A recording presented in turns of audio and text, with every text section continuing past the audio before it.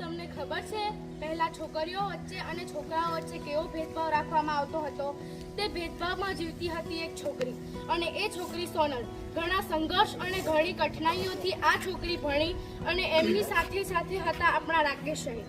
રાકેશ સરે પણ સોનલનો ઘણો જ સાથ આપ્યો, અને હા, સાથે સાથે ગાળો પણ ખાધી. તો સોનલના પિતાનું નામ કરશનભાઈ છે, તેની માતાનું નામ ડાહીબેન છે, અને હા, તેનો સાથ અને તેની હિંમત વધારનાર તેનો ભાઈ પણ હતો. તેના ભાઈ લાલાએ તેનો ખૂબ સાથ આપ્યો. તમને જાણીને આશ્ચર્ય થશે કે સોનલને 5 વર્ષની ઉંમરે તેના લગ્ન કરાવી દીધા, અને જ્યારે તેને અહીંથી ભણી આગળ જવાની વારી આવી ત્યારે તેને સાસરે મૂકવાની વાત કરી. તેને ઘણું દુઃખ થયું, તે ઘણી રડી. તેને પોતાના માતા પિતાને ઘણા સમજાવ્યા.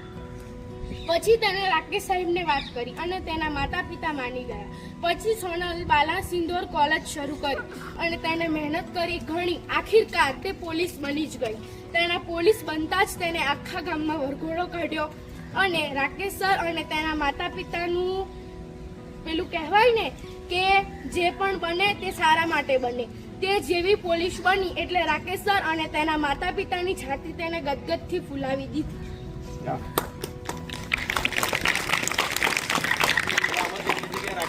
એ તો શાળાની વાત છે.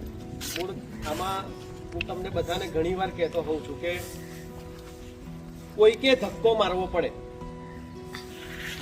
એક સમય આપણા માટે એવો હતો કે મેં હમણાં છેલ્લે જ્યારે નિર્જલા ઈસરોમાં જઈને આવી ત્યારે આમ બધું નહીં, કોઈ કશું થાય ત્યારે પાછલું બધું યાદ આવે એમ. તો એવું યાદ આવતું હતું કે પહેલા કોઈક 10 પાસ કરીને સ્કૂલમાં આવે ને તો અમને એમ થતું, અરે જબરજસ્ત, આપણો ભણેલો છોકરો 10 પાસ થઈ ગયો. નીલાને મમ્મી રાજી થઈ ગયા, 10 પાસ થઈ ગયો. કેટલું ખાલી ભણાતો, 10મું પાસ કરી, એ બહુ મોટી વાત ગણાતી.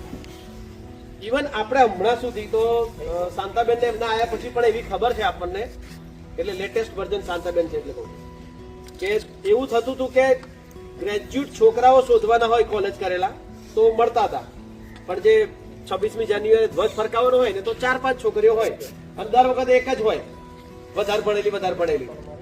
છેલ્લા 2-3 વર્ષથી એવું થવા માંડ્યું છે કે ટકા જોવા પડે કે કઈ છોકરીના ટકા વધારે છે. પણ આવું છે એ અચાનક થઈ જતું નથી.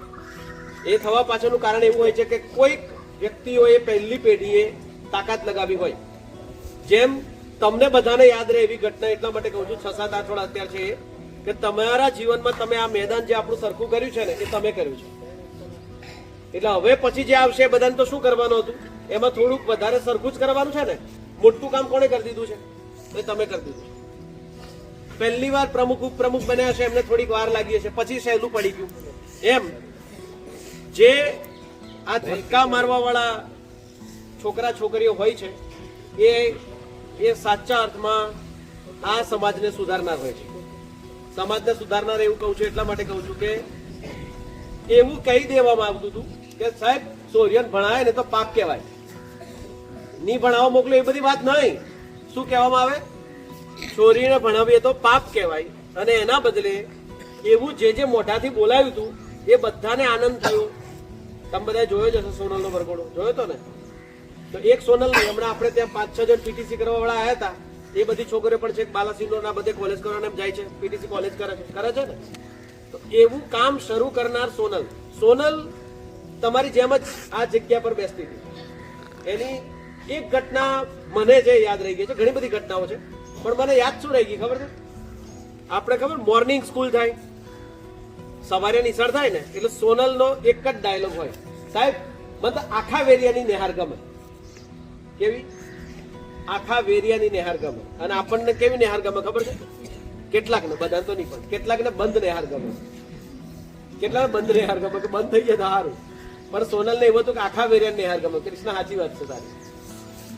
તો એ સોનલ આજે પોલીસ છે, અને આપણી શાળામાં ભણનારા જે વિદ્યાર્થીઓ જે નોકરી લાગે છે બધા, એમનો પ્રથમ પગાર, એટલે આમ જોવા જઈએ તો ઘણા લોકો બાધા રાખે કે જો મને નોકરી મળશે તો હું અંબાજીમાં મારો પહેલો પગાર આપીશ, અથવા તો ફાગવેલ ગાંધીદાદાને આપીશ, અથવા તો ભાઈ માટેલ રાજપરા ખોડિયાર માતાને આપીશ.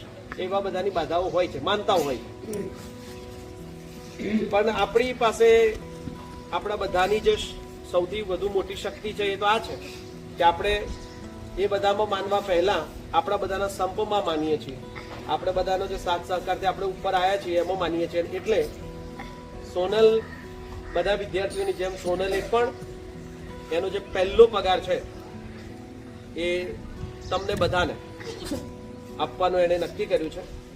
એટલે આમ તો એવું કહ્યું કે સોનલના પપ્પા આવે પણ હવે આ રિક્ષા લઈ લઈને એના પપ્પાની જેમ દોડા દોડા હમણાં જ કરી કે આ દાખલો નહીં સાહેબ, પેલો દાખલો નહીં. તો એવો સંઘર્ષ એમણે પણ કર્યો છે.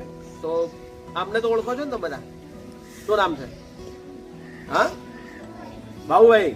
હા હા, મિત્તલના પપ્પા એમ એ તરીકે ઓળખાય છે ભાઈ. તમારી બાબુભાઈ તરીકે કોઈ ઓળખ નહીં. સાગરેના પપ્પા, મિત્તલના પપ્પા, તો હે મયુરના પપ્પા એમ. બાબુભાઈ તો હવે તમને તમારા મિત્રો કહેતા હશે. તો બાબુભાઈ છે એ સોનલ વતીથી, આમ તો મેં કહ્યું હતું કે સોનલ તું જ આવું તો સારું, પણ સોનલ હવે એનો ડાયલોગ હતો કે સાહેબ એકવાર આવું ખાખી પહેરી છે ને તો ઉતરતી નથી. મેં કહ્યું કે એટલે એની પાસે બીજા સ્કોપ પણ હતા. જેવી આ નોકરી લાગી ને એટલે ક્લાર્કની પણ નોકરીનો ઓર્ડર આવ્યો હતો. એટલે મેં કહ્યું કે આમ તારે નિરાતની નોકરી જોઈતી હોય તો ક્લાર્ક વાળી થઈ જાય કે સાહેબ હવે કઈ નહીં, હવે ખાખી પહેરી દીધી ને તો ઉતરશે નહીં. એટલે એની ડ્યુટી છે એને, અને એ તો આપણે અહીંયા શીખવા મળે છે ને કે આપણા બીજા બધા પ્રસંગો છે ગૌણ છે, બીજા નંબરના છે, પ્રથમ નંબર છે એ આપણી ડ્યુટી છે, આપણું કર્તવ્ય છે. એટલે સોનલે કહ્યું કે ના ના મારી આવવાની જરૂર નથી, પણ તમે આ સ્વીકારજો. એટલે આપણા કુબેરજી, શાંતિલાલજી એમના આપણા બધા માટે એનો જે પહેલો પગાર છે એ સ્વીકારશે. આપણે એનું શું કરવું એ આગામી કેબિનેટમાં વિચાર કરીશું. પણ ફરીથી ગોપાલ સાહેબ વિડીયો ઉતારે છે એટલે બધા એક સાથે કહીશું થેન્ક યુ સોનલ.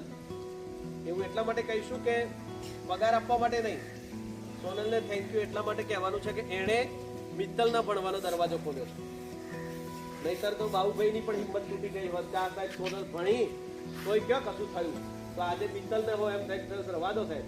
એટલે જે સંઘર્ષ સોનલથી તૂટ્યો છે, બીજી છોકરીઓને ભણવાના દરવાજા ખોલ્યા છે, એટલા માટે સોનલને થેન્ક યુ કહેવાનું છે કે એણે આપણા આ જગ્યા પર ભણીને કંઈક બની શકાય, કંઈક કરી શકાય એવા દરવાજો ખોલ્યા છે. એટલા માટે આપણે એક સાથે બોલીશું thank you Sonal. Ready, 1 2 3 start. Thank you Sonal. બધા તમારા વતી